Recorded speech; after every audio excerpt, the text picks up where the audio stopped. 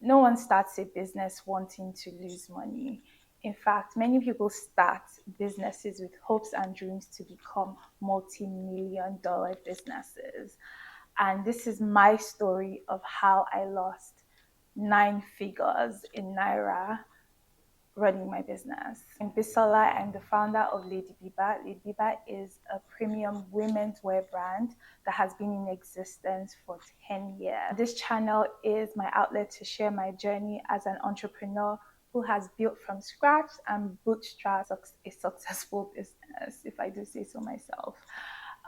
So in this video, I'm going to be sharing a story that is quite emotional for me, and the purpose of this video is, first of all, for people to see that entrepreneurship is not all highlights. Sometimes you can have significant failures that can impact your health, your mental and emotional health. But there's still hope because I was able to go from losing millions of naira to actually becoming profitable again. So let's just get into it. What's my story? So, first off, I started this business in a time where there weren't many fashion ready to wear businesses. I was the first fashion brand that focused on professional working women. I was one of the first also to have an e commerce website in Nigeria.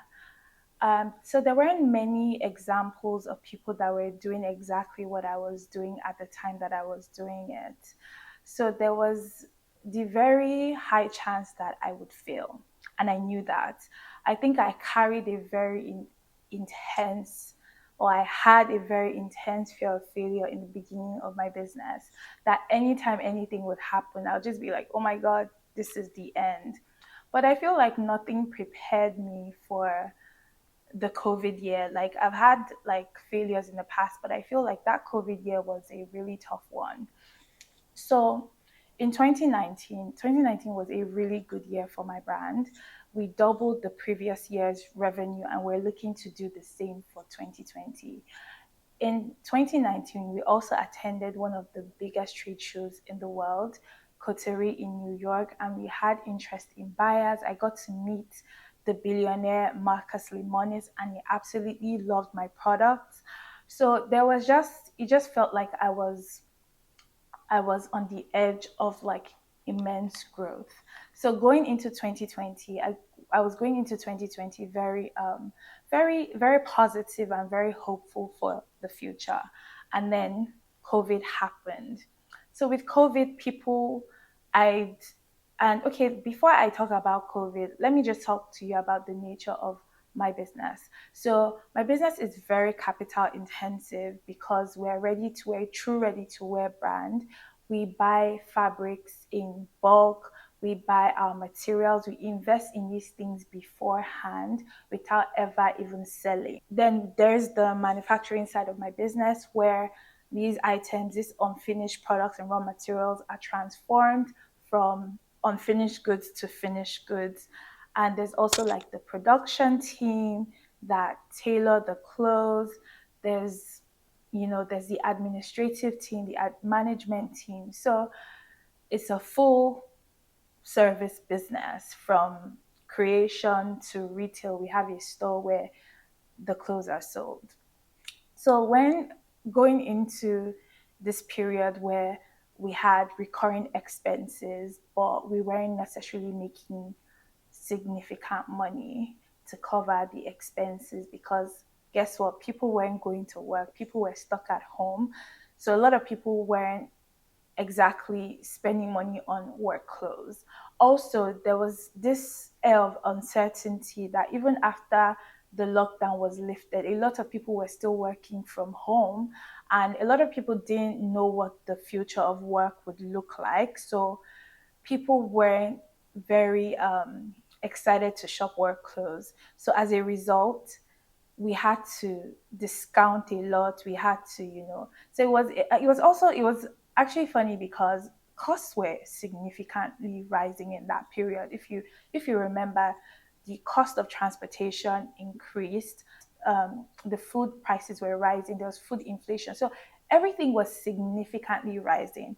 And what would make sense is to increase your price, right?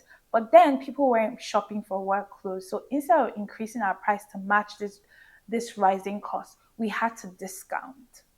So that was really where the unprofitability started.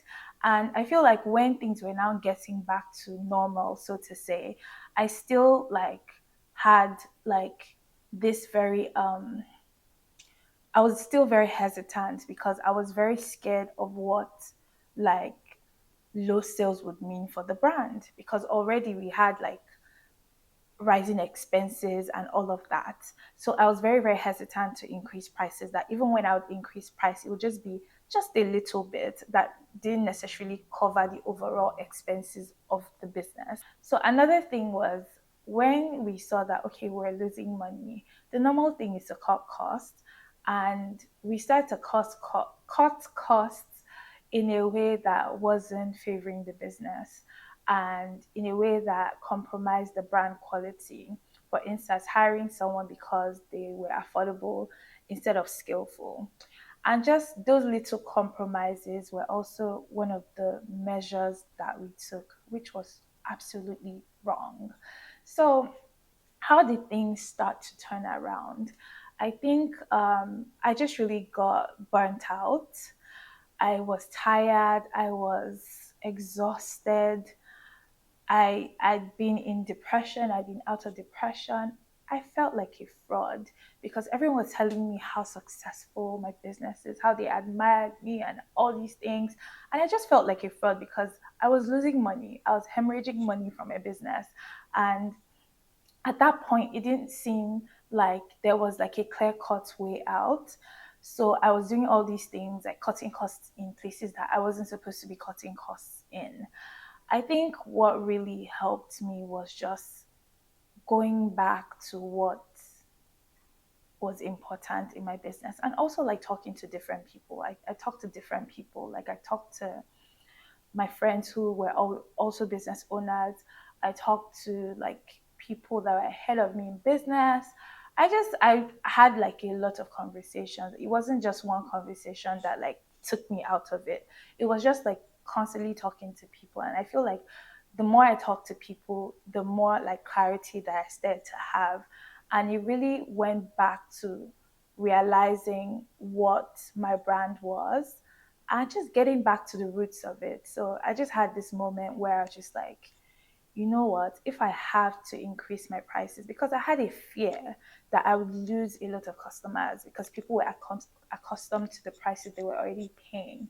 But I had to just get to that point that I was like, you know what, if I lose customers, I lose customers. If this is the way the business is going to end, then let it end, because I'd rather make decisions that I was proud of. I'd rather represent a brand that I'm proud of than compromise on quality just because I'm trying to hold on to these customers. And so that was really it for me. Like I started to see that this brand that I built was a premium brand and I wasn't pricing it accordingly. The amount of work that was going into the clothes wasn't reflecting in the prices. Fine, that could be like a good selling point, but it also gets to a point where the the perceived value will be lost if you're not pricing it accordingly. I will do an entire video on pricing. If you're interested, leave a comment if you're interested in me doing a whole video on pricing, because that's like a whole other thing that I had to like figure out and learn. So there was that, and I think just going back to that and like getting back to it wasn't like an immediate like snap and things just started to work. No, it was like a journey of constantly going back. Okay, what is important? Okay, my team.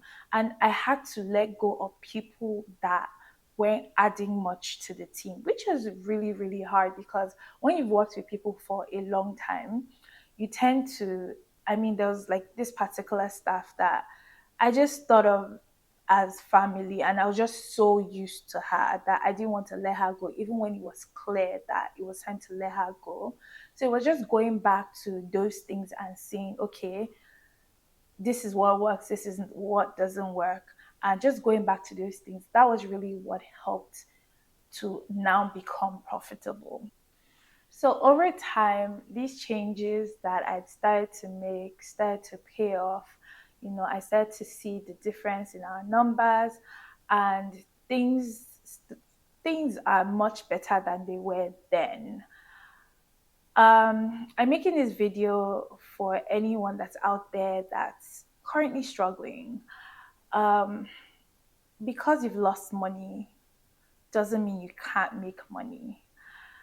I really want people to understand that this entrepreneurship journey is one that's a journey. Like, there's nothing that's certain. Anyone that has made a significant amount of money in their lives probably have lost a significant amount of money as well. It's a journey where you're constantly learning. So my mindset now is just learning mode. So, oh, this worked, great. How can we capitalize on this win? Oh, this didn't work. Okay, why didn't it work? What can we do differently? I feel like that mindset is everything, because there's like, you're not going to watch this video and suddenly become profitable. It's a very personal thing for your business. So one of the important things that you have to do is have data. Make sure that you have data on your business. You're recording the sales, you have your profit and loss account, you have your balance sheet, you have the things that will give you the answers that you're looking for, because the answers will lie in the numbers. You also need to make sure that you talk to professionals.